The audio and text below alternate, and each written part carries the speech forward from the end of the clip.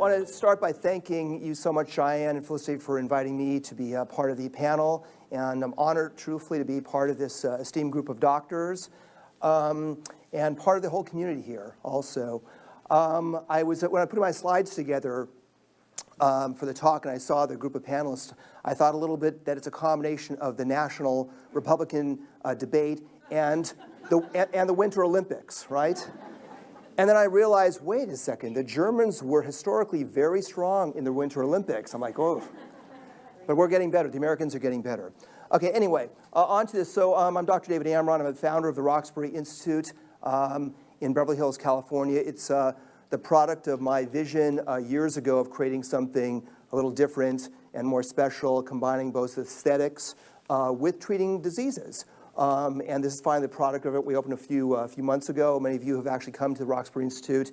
And it's really pretty amazing to me how nice the whole thing is working in terms of the treatment of the patient in a comprehensive fashion. And actually, lipedema and Derkums such exciting things are going on, not only aesthetically, treating the disease and combining stem cell therapy. So no disclosure that I'm aware of. Anyway, I'm a board-certified dermatologic surgeon. I've been in practice for 21 years now. My practice has always been focused on liposuction surgery, and it has over the last many, many years been much more about complicated cases and a lot of revision work from around the world. I have been involved in lipedema surgery for 10 years, but for most of that time, I've got to admit, I really wasn't aware I was treating lipedema. I just would have all these calf and ankle patients and anterior thigh surgery, and now look back and realize that was lipedema. I've done over 600 lipedema surgeries. I do about 5 to 7 cases a week, rarely 8. Currently, my practice is almost exclusively dedicated to lipedema treatment and Derkums disease. 2 things I believe in. Liposuction surgery for lipedema and Derkums should be about not only the maximum functional improvement of the disease itself, but also the cosmetic improvements. Liposuction surgery for lipedema is truthfully very, very complex. It's not beginner liposuction, and there's so many different aspects to it in the total care of the patient, both from before surgery to the post-care of the patient, and just the technique itself is, as I think that we all know, is not straight-ahead liposuction. Anesthesia for liposuction, a very hot topic in the Facebook community. I know about this. I give my patients 2 options. First of all, I do believe it is a surgery, and I do believe ideally it should be done in an accredited surgical center. I have 2 options. Most of my patients take the option of doing it where they're quite conscious, and I basically am acting as the anesthesiologist, putting that fluid in, called the tumescent fluid.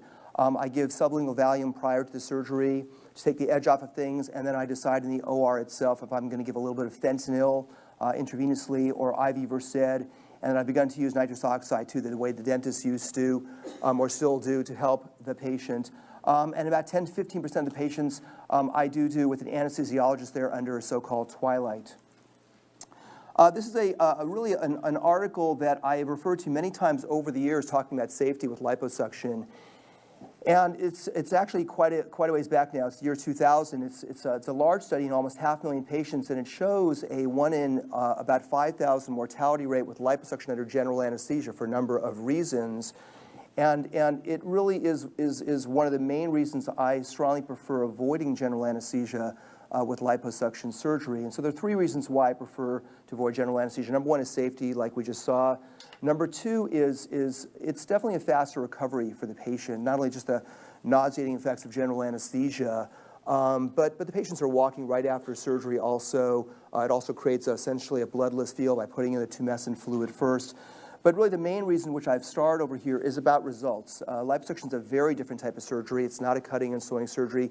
It is a very precise contouring and sculpting procedure in every patient, and the ability to position the patient, to me, is crucial to be able to get the best functional and aesthetic improvements. I developed a circumferential, sort of 3-dimensional approach to treating cosmetic units that we'll talk about during each surgery. And this is not only with lipedema patients, but I developed this with just aesthetic patients years ago. So when I do the torso, when I do the calves and ankles, I prefer to approach it in a complete fashion, circumferentially all the way around. These are some of photographs of markings for calf and ankle liposuction. And a big part of this is oh my God, where the incision placements the incision points are made to be able to get around those areas precisely. Boom, boom.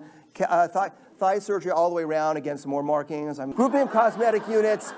I've talked about this before. I group them in a certain way. This is important stuff, though. Calf and ankle, we got an hour and a half. Calf and ankle surgery usually is grouped with arms. People ask that a lot. That's the way I tend to go about a treatment plan. The second thing I approach is the circumferential thighs as a cosmetic unit, sometimes with the buttocks. And then lastly, if I'm doing the torso, whether there or not be lipedema there or not, that's the way I approach it. I use wall-to-tumescence. This is the way I use the wall. In every single patient. I use it as a way of putting the fluid into the tissue. I use power-assisted lipo for decongestion. This is extremely important, I find. Tools to me aren't as important as other things, but it does do a very nice job of decongesting the tissue. One of the most important decongestive things you can do, I think, is liposuction if it's done properly. And for debulking, I use a laser quite a bit in half the patients to thermally emulsify the tissue if there's a lot of fibrosis, especially with Derkham's disease, too. I go back with a PAL for further refining superficially, and then I will sometimes use a laser for further additional skin tightening. Some before and afters, you can see this on different sites of mine. Most important factors to ensure the optimal results are these things. At the end, I'm just going to mention that certainly with lipedema, heart's a very important thing in the caring for the patient. The team approach is very important. The medical doctor, endocrinologist, ideally Dr. Karen Herbst, kind of butter the moderator up. MLD therapist and lymphologist, I use Dr. Emily Eicher a lot, an MLD therapist in the area. Surgical team is, of course, very important in terms of the tech, the RN, the anesthesiologist sometimes, and of course, plastic surgeons if they're needed for body tucking procedures. And lastly, I just want to say that I think we all have a responsibility to increase awareness about lipedema.